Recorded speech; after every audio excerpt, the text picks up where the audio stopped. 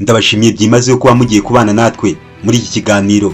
Uyu munsi tujye kugaruka ku ngingo ifite uburemere mu mubano mpuzamahanga ku ngendo z'amateka Perezida wa Repubulika ya Guinea bwana Mamady Doumbouya akunze kugirira mu Rwanda. Aha turagenda tuganira kuri izi ngendo n'icyo zari zigamije. Ikindi kandi turanakomoza no ku mateka y'uyu munyabigwi bikomeye muri Afurika. Burya iyo ushaka kumenya usatira abafite ubumenyi, nanone kandi iyo ushaka kuba umuntu urenze bigusaba kugendana n'abarenze. Ikindi Abanyarwanda bajya baca umugani bati bugifuni bagara ubucuti n'akarenge, abandi bati utaganire na se ntabwo amenya icyo sekuru yasize avuze, abandi bakungamo bati nyereka inshuti yawe mubwire uwo uri we ayiwe.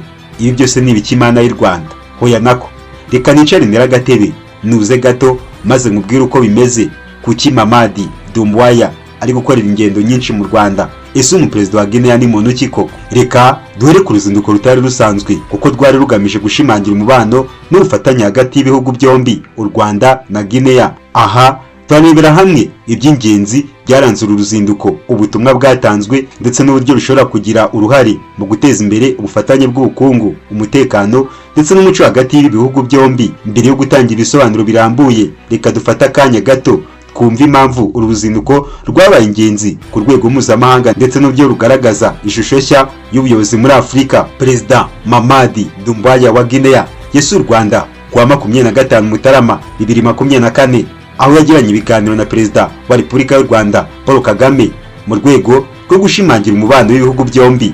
Muri ibyo biganiro abaperezida bombi biyemeje gukomeza ubufatanye mu nzego zitandukanye zirimo ubukungu, ubuzima, ikoranabuhanga, uburezi, ubuhinzi, siporo, ubucuruzi, ubuyobozi, umutekano ndetse n'ibikorwa by'iterambere rusange. Ibi byagezweho binyuze mu gusinya amasezerano ya 12 y'ubufatanye, harimo amasezerano y'ubufatanye mu by'ubukungu, ubuzima, uburezi, ikoranabuhanga n'ibindi. Perezida wa Repubulika y'u Rwanda Paul Kagame yavuze ko ibihugu byombi bifite byinshi bihuriyeho kandi ko gukorana bizabafasha gukemura ibibazo bihari no guteza imbere abaturage babyo. Banashimangiye ko nta gihugu gikwiye kugerageza gukora byose ku giti cyacyo, ahubwo ko gukorana ari uburyo burambye bwo kugera ku ntego. Perezida Mamady Doumbouya niwe yagaragaje ko Guinea ifite byinshi byo kwigira ku Rwanda, cyane cyane mu bijyanye n'ubuyobozi, ubukungu n'iterambere. Yavuze ko uruzinduko rwe mu Rwanda rwari urw'akazi n'ubucuti kandi ko ruzafasha mu kubaka umubano ukomeye hagati y'ibihugu byombi. Ibi biganiro byagaragaje ubushake bwa politike bwo gukomeza ubufatanye hagati ya Guinea n'u Rwanda ndetse no gushyira mu bikorwa amasezerano yashyizweho umukono mu rwego rwo guteza imbere imibereho y'abaturage b'ibihugu byombi. Usibye uriya munsi, reka nkubwire ko kuwa mbere Gicurasi muri uyu mwaka nabwo umugabo uyoboye igihugu cya Guinea nabwo yaragarutse. Perezida Paul Kagame na Madame Jeannette Kagame bamwakiriye mu rwuri rwabo rw'inka Général Mamady Doumbouya wa Guinea Conakry na madamu we Lauriane Doumbouya bari mu Rwanda mu ruzinduko rw'iminsi 3. Mamady Doumbouya yageze mu gihugu cy'u Rwanda ku itariki ya 2 Gicurasi 2025 mu ruzinduko rugamije guhamya ubucuti hagati y'ibihugu byombi. Ubwo uyu mukuru w'igihugu yageraga mu Rwanda yakiriwe n'umuryango w'Abanyeguinea mu birori byabereye mu mujyi wa Kigali. Muri ibi birori abaturage bari bafite ubutumwa bwanditse ku mipira no ku byapa bugaragaza ko bashyigikiye uburyo akomeje kuyobora igihugu cyabo. Reka noneho mwinjize mu mateka maremare cyane w'uyu muperezida wa Guinea. Wakwibaza uti ese Mamady Doumbouya ni muntu ki? Yabayeho ate? Ateye ate? Akunda iki? Ese yanga iki? Ikaze mu kiganiro. Nge nitwa Justin Mind Harerimana. Perezida Mamady Doumbouya wa Guinea ni umusirikare w'ikirenga wavutse tariki ya 4 Werurwe mu 1980 mu karere ka Kankani mu burasirazuba bwa Guinea. Uyu yavukiye mu muryango w'Abamandinka, akaba ari umwe mu bagize umutwe w'ingabo zidasanzwe za Guinea ndetse akaba yarabaye umusirikare mu ngabo z'Ubufaransa mbere yo kugaruka mu gihugu cye. Ubuzima bwe bwite n'uburezi, wakwibaza uti yabayeho ati? Mamady Doumbouya yavukiye mu muryango wa Kalifala Doumbouya na Haja Madiola Saila. Yize mu ishuri rya Omari Drama mu mujyi wa Kankani.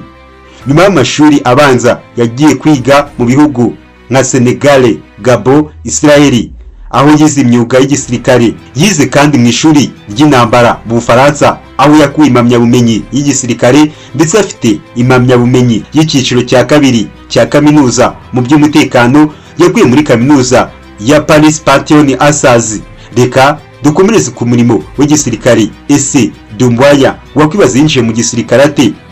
Doumbouya yatangiye akazi mu ngabo z'Ubufaransa nk'umusirikare w'ingabo zidasanzwe French Foreign Legion, aho yageze ku rwego rw'umupolisi. Nyuma yaje kugaruka muri Guinea muri 2012, aho yahawe inshingano umutwe w'ingabo zidasanzwe za Guinea.